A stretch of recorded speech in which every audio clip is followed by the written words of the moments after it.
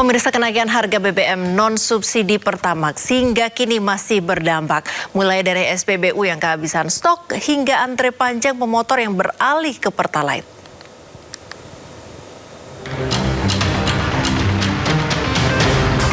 Sejak pemerintah menaikkan harga bahan bakar minyak Pertamax, warga terutama pemotor berbondong-bondong beralih ke BBM subsidi Pertalite.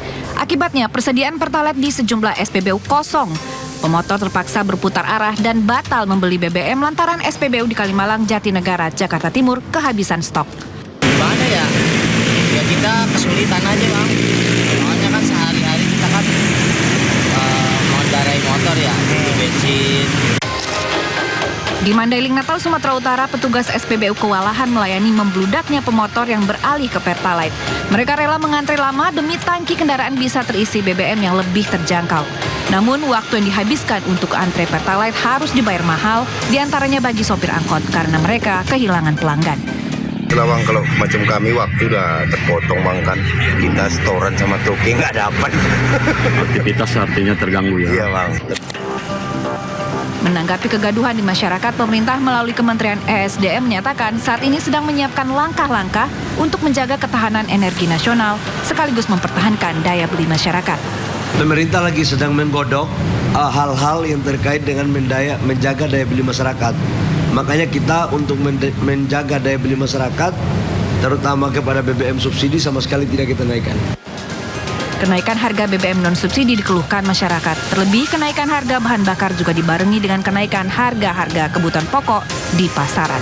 Tim Liputan iNews melaporkan. Harga minyak dunia naik turun seiring buka tutupnya Selat Hormuz dan eskalasi di Laut Arabia. Tentu publik bertanya, sampai kapan harga Pertalite akan tetap bertahan dengan subsidi yang semakin besar? Dan apakah harga LPG juga akan membengkak? Kita akan membahasnya bersama dengan ekonom Universitas Paramadina, Wijayanto Samirin. Selamat sore Pak Wija. Sore, Mbak Priska. Ya, Pak Wija, ini kan pemerintah memastikan bahwa harga BBM dan LPG non-subsidi ini masih bertahan dengan harga seperti ini sampai setidaknya akhir tahun 2026. Tapi antrian panjang di SPBU masih panjang dan makin panjang. Bagaimana Anda melihat ketidaksesuaian ini? Iya, saya rasa antrian panjang itu sebenarnya harusnya diantisipasi sejak lama. Ketika pemerintah menaikkan harga Pertamax, saya rasa sudah bisa diprediksi akan ada antrian panjang di Pertalite. Jadi secara operasional, teknis sebenarnya Pertamina harusnya sudah mengantisipasi ini. Karena hal-hal seperti ini kan sudah terjadi berulang kali. Nah, terkait dengan keputusan pemerintah untuk tetap tidak menaikkan BBM dan LPG subsidi, saya sepakat sekali. Karena jika itu dinaikkan, maka daya beli masyarakat kebanyakan itu akan tergerus. Pertamax dinaikkan saja, perhitungan kasar saya, inflasi itu akan naik 0,2 hingga 0,3%. Lumayan bagi kebanyakan masyarakat kita. Jadi sebisa mungkin LPG subsidi, BBM subsidi, juga listrik jangan dinaikkan dulu. Walaupun ke depan konsekuensinya adalah beban subsidi APBN akan meningkat. Tetapi disinilah pemerintah harusnya mengalokasikan spending dari spending yang lain ke spending yang sangat penting saat ini. Kalau lihat kondisi saat ini, Pak, lihat dari kondisi APBN, pemerintah ini masih cukup kuatkah untuk bertahan berapa lama, Pak? Dengan subsidi yang semakin besar begitu, karena ada peralihan dari pengguna non subsidi menjadi subsidi juga, toh, Pak? Iya, saya rasa menaikkan harga Pertamax ini upaya pemerintah untuk membantu cash flow Pertamina. Karena untuk BBM yang non-subsidi, yang nalangin dulu itu Pertamina, dan di akhir tahun baru diganti dengan program yang namanya kompensasi. Tetapi ya kita tahu dalam kondisi seperti ini, dugaan saya Pertamina itu harus nalangi sekitar 7 hingga 10 triliun per bulan. Ketika kondisi cash flow Pertamina sulit, maka pemerintah memutuskan untuk menaikkan harga Pertamax, sehingga talangan dari Pertamina turun, walaupun kemudian banyak yang beralih ke Pertalite. Jadi ini ada shifting beban dari Pertamina ke APBN. Nah, saya rasa ketika pemerintah menyetujui rencana ini, pemerintah pasti sudah mengantisipasi tentang membengkaknya biaya subsidi. Baik, kalau antara harga BBM subsidi dengan non-subsidi ini jaraknya semakin jauh begitu Pak. Ini yang banyak orang, banyak pihak memikirkan bahwa inilah yang menjadi akar utama dari banyaknya panjangnya antrean kendaraan di SPBU. Bagaimana kemudian cara memangkasnya tanpa menaikkan harga subsidi? Ya, saya rasa kalau antrian itu bisa di-adjust dengan memperbanyak pompa yang melayani Pertalite gitu ya.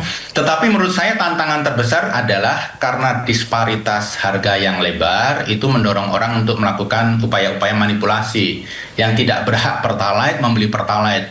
Bahkan membeli dengan dirijen, kemudian dibawa pulang, dijual kepada pihak lain dengan harga non-subsidi. Nah, yang artinya lebih bukan parah untuk lagi, pemakaian pribadi Pak ya? bisa untuk pribadi, bisa tidak. Tetapi Mbak Priska, kalau BBM ini kan transaksinya terbuka, bisa dilihat orang. Yang lebih parah lagi, karena disparitas harga LPG. Yang subsidi 1 kilogram 7.000, yang non-subsidi 19.000 hingga 20.000. Disparitas ini membuat manipulasi itu banyak sekali dilakukan. Orang membeli yang 3 kiloan, kemudian dipindah ke yang 12 kiloan di tempat-tempat tertutup. Nah, disparitas harga ini menurut saya konsekuensi yang harus kita hadapi karena kita menerapkan subsidi barang. Beda kalau yang disubsidi adalah orangnya. Jadi mereka yang berhak mendapatkan subsidi, mendapatkan bantuan pemerintah. Oleh karena itu banyak ekonom termasuk saya sebenarnya menyuarakan agar pemerintah melakukan reformasi subsidi, resident subsidi dari subsidi barang ke menjadi subsidi orang. Oh, baik. Kalau tidak, Mbak Priska, dengan penegakan hukum seperti apapun akan sulit karena orang Indonesia itu sungkan. Selama ini kan Pertamina sudah menggunakan QR code. Tetapi kita lihat di lapangan sangat kasat mata yang tidak berhak membeli Pertalite, mobil-mobil mewah, masih membeli Pertalite. Kenapa? Karena petugas di POM, ewoh pakewoh dengan pembeli. Jadi salah satu penegakan hukum yang paling kredibel adalah mengubah dari subsidi barang ke subsidi orang. Nah, kalau memang yang menurut Anda paling tepat adalah memindahkan dari subsidi barang menjadi subsidi orang, itu kan butuh waktu, Pak. Mungkinkah dilakukan kalau dalam situasi seperti ini? Dan berapa lama waktunya untuk seluruh Indonesia? Ya, tentunya itu perlu waktu, tetapi itu solusi yang hampir final. Kalau apa yang dilakukan sekarang ini kan solusi yang sepotong-sepotong. Memang dalam jangka pendek kita terapkan ini, tetapi kita punya rencana jangka menengah melakukan reformasi rezim subsidi. Jadi Mbak Priska, di Indonesia ini ada puluhan jenis subsidi yang dikelola oleh berbagai kementerian dengan program, mekanisme, metode yang berbeda-beda, pengawasan yang berbeda-beda. Kenapa tidak puluhan jenis subsidi itu ditaruh dalam satu payung sehingga kita punya database. Mbak Priska menerima subsidi apa saja setiap bulan, saya menerima subsidi apa saja setiap bulan, Pak A, B, C terima subsidi apa setiap bulan, kemudian itulah yang dibantu oleh pemerintah melalui transfer, apakah bentuknya cash atau bentuknya poin kepada si orang yang berhak menerima subsidi tersebut. Saya rasa banyak negara sudah mulai menerapkan itu, bahkan termasuk India. Kenapa kita tidak melakukan? Karena secara teknologi ini sudah sangat-sangat realistis. Baik, tidak membutuhkan dana begitu Pak yang cukup signifikan? Pasti, tetapi tantangan terbesar adalah melakukan upgrade dan update database. Itu selalu menjadi tantangan di Indonesia. Tetapi begini, kalau kita melihat ya total subsidi yang dikeluarkan oleh pemerintah termasuk bansos, itu kan hampir 900, bahkan ada yang mengatakan mendekati 1.000 triliun setahun. Kalau kita menginvestasikan sebagian kecil dari itu untuk investasi sistem, saya rasa akan worth it dalam jangka menengah dan jangka panjang. Baik, karena yang banyak analisis Mbak Priska yang mengatakan subsidi BBM, LPG itu yang salah sasaran 30%.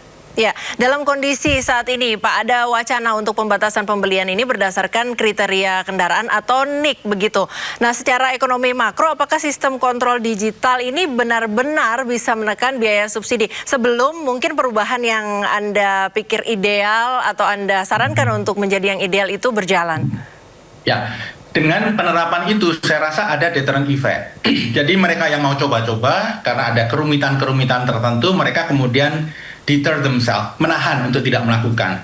Walaupun dari sisi pelanggaran masih saja masih ada orang yang nekat, tetapi ada efek deterrent jumlahnya lebih rendah, apalagi kalau kemudian dilakukan penegakan yang benar. Jadi menurut saya harus ada sanksi bagi pompa-pompa bensin yang membiarkan pelanggaran terjadi.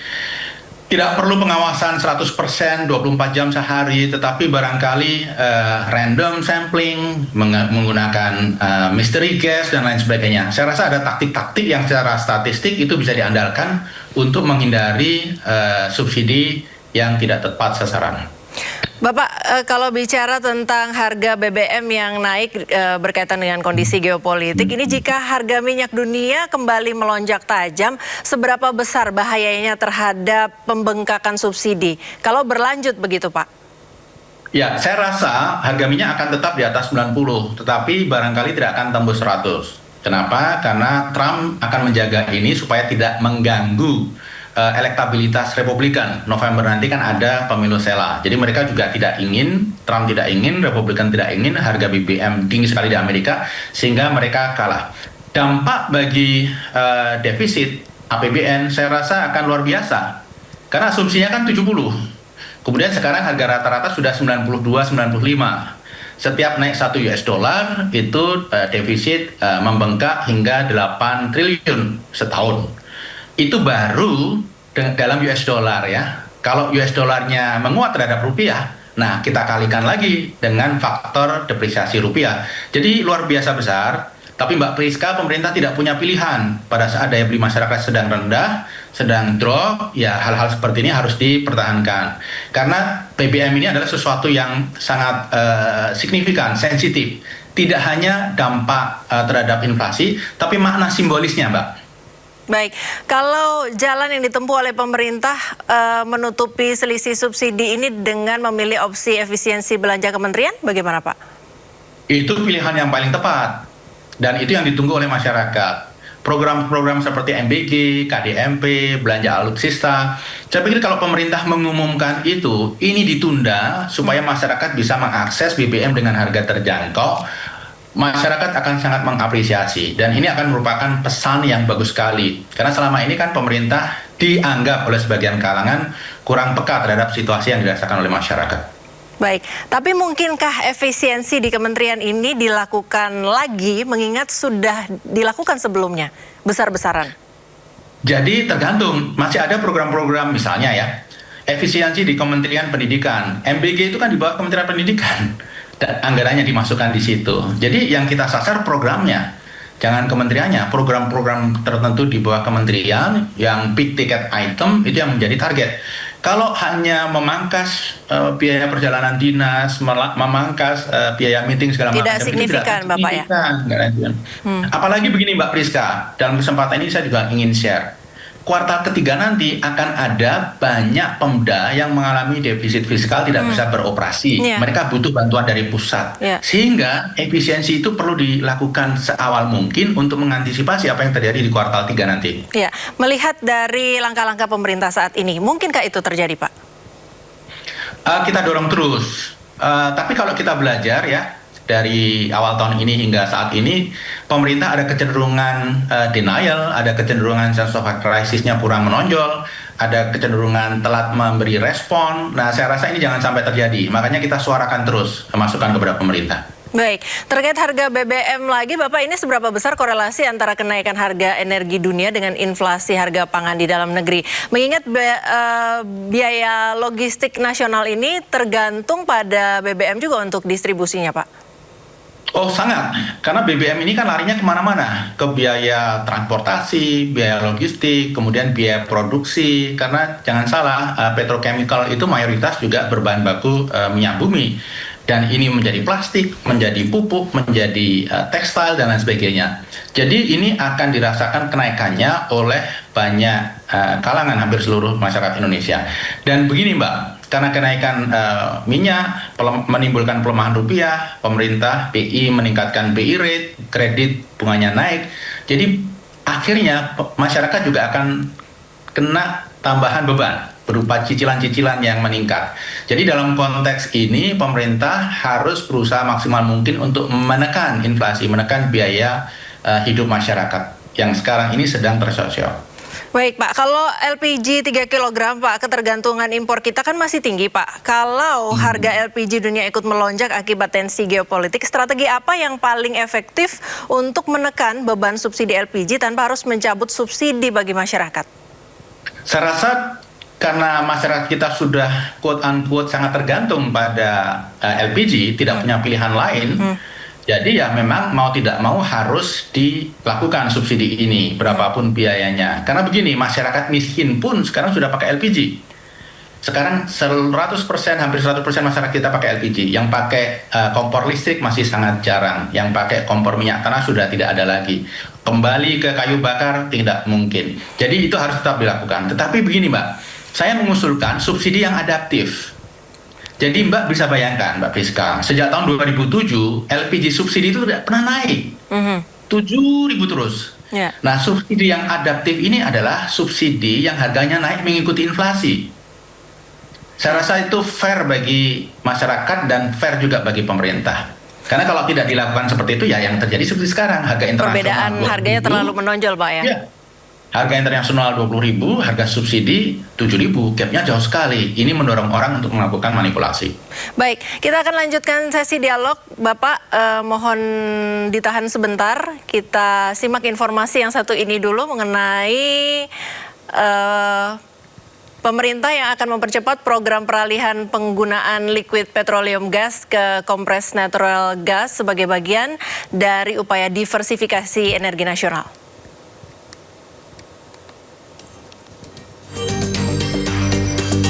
Menteri Energi dan Sumber Daya Mineral Bahlil Lahadalia menjelaskan bahwa Presiden Prabowo memberikan arahan agar pemerintah terus memperkuat ketahanan energi nasional dengan mempercepat pengembangan sumber energi alternatif. Menurut Bahlil, terdapat sejumlah agenda prioritas yang menjadi perhatian pemerintah. Salah satunya adalah percepatan program peralihan penggunaan liquefied petroleum gas ke compressed natural gas sebagai bagian dari upaya diversifikasi energi nasional. Selain itu, Bahlil menyebut dalam pertemuan tersebut juga dibahas pendataan sektor pertambangan guna memastikan tata kelola yang lebih baik serta mengevaluasi kesiapan pasokan energi nasional baik dari sisi kelistrikan maupun ketersediaan bahan bakar minyak. Bapak Presiden memerintahkan untuk segera mencari energi-energi alternatif, khususnya yang sekarang kita fokus itu adalah percepatan peralihan LPG ke CNG. Yang kedua penataan tambang, dan yang ketiga adalah kesiapan di sektor energi PLN maupun dari sisi ketersediaan daripada BBM kita. Bahlil juga menegaskan bahwa pemerintah memastikan tidak ada perubahan harga untuk BBM bersubsidi maupun LPG bersubsidi. Kebijakan tersebut diambil untuk menjaga daya beli masyarakat di tengah tantangan ekonomi global.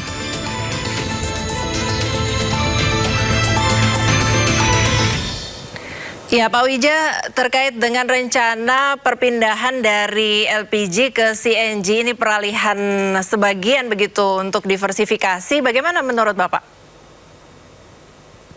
Ya, saya rasa ini ide bagus ya, karena CNG ini kan sumbernya LNG yang kita cukup banyak memproduksi. Beda dengan LPG yang kita harus import dari luar negeri dan 70% dari Middle East ya. Jadi dari sisi sumbernya kita punya. Memang tantangannya kemudian nanti tantangan yang sifatnya operasional teknis di lapangan gitu ya. Perlu penyediaan tabung, kemudian modifikasi mesin, kemudian pompa bensinnya juga akan berbeda dan lain sebagainya. Nah ini dari sisi teknis perlu persiapan, tetapi cocok misalnya ini diberikan untuk kendaraan umum. Jadi bis, kemudian apakah truk angkut dan lain sebagainya. Kalau untuk kendaraan pribadi rasanya perlu cara yang lebih bertahap. Baik, terkait dengan daya beli masyarakat Bapak, ini BI sudah melakukan intervensi melalui BI Rate untuk menjaga stabilitas rupiah. Sejauh mana kebijakan moneter ini bisa membentengi daya beli masyarakat dari inflasi energi akibat gejolak ekonomi global? Ya, BI Rate dinaikkan ini kan membuat rupiah kemudian lebih menguat ya. Ini bagus dalam konteks imported inflation, energy inflation itu akan lebih terkontrol. Tapi kan kita juga lihat di lapangan, ketika BI rate dinaikkan, rupiah menguat sementara. Kemudian setelah itu tekanan ke bawah menguat lagi. Karena begini, apa yang dilakukan oleh BI ini adalah solusi sementara. Solusi yang sesungguhnya adalah penguatan fiskal, penguatan kredibilitas kebijakan pemerintah, confidence investor, dan lain sebagainya. Ini perlu waktu untuk dijalankan. Bahkan begini, apa yang dilakukan BI ini sudah proper. Jangan kemudian BI ditekan-tekan lagi untuk melakukan intervensi. Misalnya lebih awal menaikkan BI rate, kemudian menjual swap facility dengan diskon untuk investor asing. Jadi hal-hal seperti ini oke dilakukan, tapi jangan eksesif. Karena kalau eksesif, yang pertama, BI akan kehilangan banyak amunisi. Yang kedua, yang eksesif itu membuat investor asing justru khawatir ini. Kenapa kok begitu eksesif? What's happened? What's really going on di Indonesia? Begitu, Mbak. Baik, Bapak, terkait dengan daya beli masyarakat tadi, yang paling sederhana mungkin bisa dilihat dari warteg-warteg sepi begitu, terkait dengan harga kebutuhan pokok yang naik, yang berimbas pada warteg, kemudian wartegnya menjadi sepi. Kita simak dulu, Bapak, sebelum kita lanjutkan dialog, informasi yang satu ini.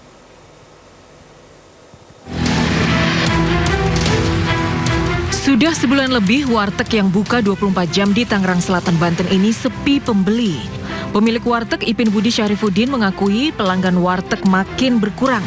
Pembeli juga lebih memilih menu-menu sederhana seperti telur dan tempe atau beli paket nasi sayur 10 ribuan.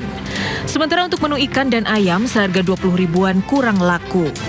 Ipin mengakui harga bahan pangan seperti beras, minyak goreng, dan cabai makin mahal, membuat pengusaha mau tidak mau menyesuaikan harga menu makanan. Bahan plastik pun jadi semua naik. Beras, apalagi itu minyak pun sampai saat ini pun ya harganya masih tinggi. Konsumen tuh menanyakan paket 10 ribu atau enggak ya dia milih makan yang murah lah. Beda dengan apa yang dirasakan para pengusaha warteg, Menteri Keuangan Purbaya Yudi Sadewa malah tidak percaya dengan fenomena sepinya warteg saat ini. Purbaya juga membantah penurunan omset warteg merupakan cerminan lemahnya daya beli masyarakat. Cari warteg yang ini memang jelek, mungkin 5 warteg. Tapi mungkin aja dia kalah bersaing, sana lebih bagus, pindah ke sana. Itu yang kita mesti hati-hati. Saya sih akan investigasi betul nggak seperti itu. Tapi kalau kita jalan ke kampung-kampung semuanya rame loh. Kemarin saya makan cabai hijau masih rame. Ayam cabai hijau loh. Itu jadi hati-hati menerjemahkan data. Purbaya yakin ekonomi RI masih solid dan tumbuh di atas rata-rata pertumbuhan ekonomi ASEAN. Tim Liputan iNews melaporkan. Ya, Pak Wija, ini sejumlah warteg mengaku makin berkurang begitu pembelinya, makin sepi. Tapi Menteri Keuangan bilang bahwa warteg tetap ramai, terus mall, konser juga katanya tetap ramai. Bagaimana menjelaskan ini terkait dengan melemahnya daya beli masyarakat, Pak? Ya, kalau Pak Menkeu yang ke warteg ya pasti rame, ajudannya aja udah berapa, wartawan yang ikut berapa. Yeah. Tetapi memang saya ingin memberi masukan kepada Bapak Menteri supaya ketika menarasikan sesuatu, terutama di media itu menggunakan data. Karena ketika beliau menggunakan analogi seperti itu, saya khawatir kredibilitas beliau akan tergerus. Nah, tentang daya beli yang turun, warteg yang makin sepi, kita pakai data BI saja, Mbak. Jadi tahun ini BI itu melakukan survei setiap bulan tentang bagaimana masyarakat Indonesia membelanjakan uangnya. Jadi dari 100% yang diterima pendapatan kemana saja. Nah, trennya selama tahun ini, Mbak, yang dikonsumsi itu turun. Jadi pendapatan yang kemudian dikonsumsi untuk belanja, termasuk ke warteg itu turun. Artinya ada penghematan rumah tangga, Pak ya? Nah, yang menarik, untuk membayar cicilan juga turun. Jadi mereka tidak berinvestasi, mereka mengurangi konsumsi. Apa yang meningkat? Tabungan. Jadi ini menunjukkan masyarakat kita rasional, antisipatif, sehingga menghadapi situasi yang sulit, pendapatan yang terus-menerus justru mengurangi spending untuk konsumsi, mengurangi cicilan, menambah artinya tabungan, mengurangi ketergantungan pada utang, kemudian memperbanyak tabungan untuk melakukan persiapan jika winter is coming. Justru pemerintah harus belajar nih dari masyarakat, konsumsinya ditekan gitu ya, jangan konsumsinya dinaikkan gitu ya, savingnya dinaikkan gitu ya, bukan utangnya yang dinaikkan. Dalam konteks ini masyarakat sangat bijak dan pemerintah perlu belajar dari mereka. Baik, terima kasih Pak Wija, Ekonom Universitas Paramadina, Bapak Wijayanto Samirin sudah bersama kami di Dialog Sindo Sore. Selamat beraktivitas Bapak, terima kasih untuk paparannya dan jawabannya dalam Dialog Sore hari ini. Makasih. Pemirsa, kita akan kembali pantau sejumlah CCTV ibu kota yang terdampak aksi mahasiswa pada sore hari ini. Pertama kita akan pantau kawasan Simpang Semanggi, Jakarta Selatan yang terpantau saat ini di arah kiri agak padat pemirsa.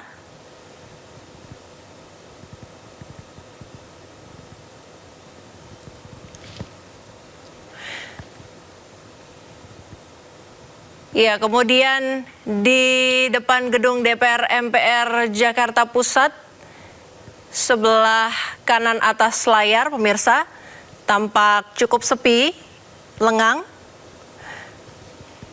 Sebelah kiri bawah menunjukkan kawasan Slipi Palmera Jakarta Barat yang tampak normal pemirsa, cenderung lengang.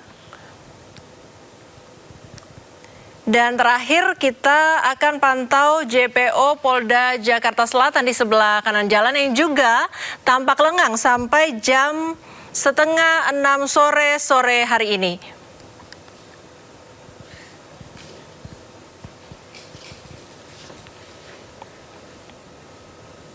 Meksiko berhasil curi 3 poin pada laga pembuka Piala Dunia 2026 kontra Afrika Selatan. Tetaplah bersama kami di Sindo Sore.